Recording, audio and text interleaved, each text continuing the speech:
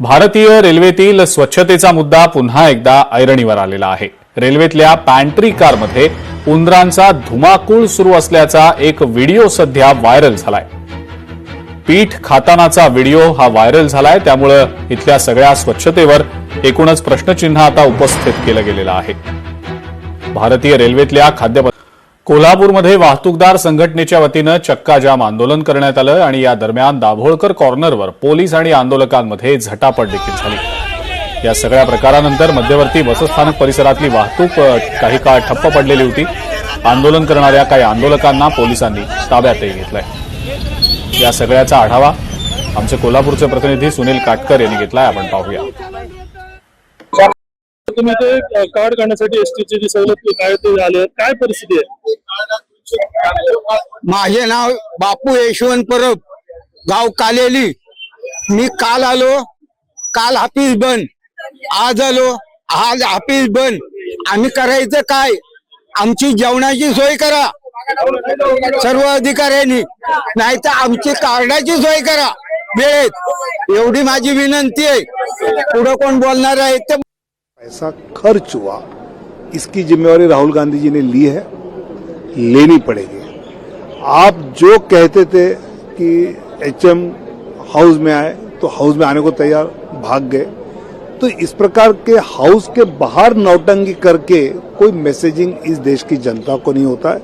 House में अगर आप है तो हाउस के अंदर आकर बात कीजिए। सर, फर्स्ट टाइम एमपीएल जो आए सभी, आप भी इंक्लूडिंग यू, आपको लगता है कि ये जो प्रोसीडिंग जो देखना था, जो एक्चुअली जो समझना था, क्योंकि parliament proceeding is always very important, वो कहीं ना कहीं मिस हुआ? बिल्कुल, पार्लियामेंट चलने ही नहीं दिया विपक्ष ने, ये बड़ा दुर्भाग्य है। लोग जिस प्रकार पार्लियामेंट की ओर देखते हैं, मुझे लगता है कि ये विपक्ष से अपेक्षा नहीं थी। लेकिन चलो आता पाहूयात एक महत्वाची बातमी। कोकणात जाणाऱ्या भाविकांसाठी यंदाही धावणारे शिवसेना एक्सप्रेस। शिवसेना आमदार निलेश राणे यांच्या माध्यमातून कोकणवासियांसाठी ही खास भेट आहे।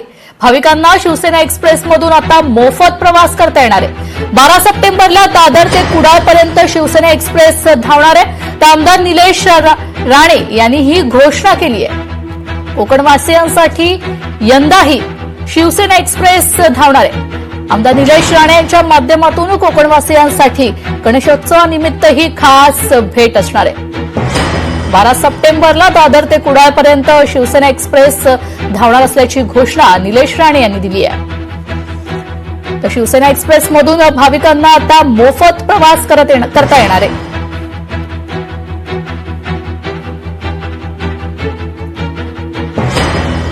पाहूया पुढील महत्वाची बातमी। सुखबीर सिंग बादल यांच्यावर हल्ला प्रकरण। जसपाल सिंगच्या पुण्यातील निवासस्थानावर छापेमारी करत दहशतवाद विरोधी पथकाची मोठी कारवाई आहे। पुण्यातील पुलगेट परिसरातील निवासस्थानासमोर छापेमारी झाली आहे।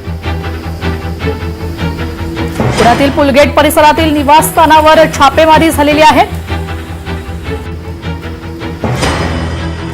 आपले प्रतिनिधी चंद्रशेखर भांगे आपल्यासोबत थेट जोडले गेलेले आहेत। चंद्रशेखर, आपण पाहतोय की सुखबीर सिंग बादल यांच्या हल्ला प्रकरण आणि जसपाल सिंगच्या पुण्यातील निवासस्थानावर आता छापेमारी झाली आहे, काय अधिकची अपडेट? गेल्या काही वेळापासून ही सगळी छापेमारी पुण्यातील पुलगेट परिसरात जे निवासस्थान आहे त्या आरोपीच्या निवासस्थानकावरती सध्या सुरू आहे। आपण बघू शकतोय खरं तर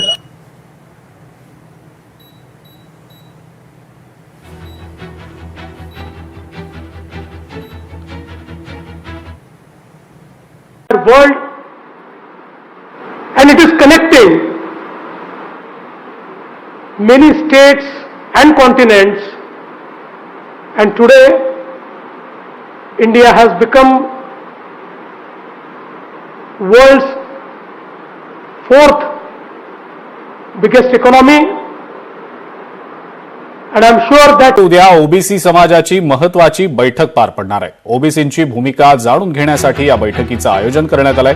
पुण्यातल्या पत्रकार भवनात दुपारी 2 वाजता ही बैठक असेल। या बैठकीला ओबीसी नेते लक्ष्मण हाके, मंगेश ससाणे यांच्यासह इतर सर्व ओबीसी प्रतिनिधी उपस्थित राहणार आहेत।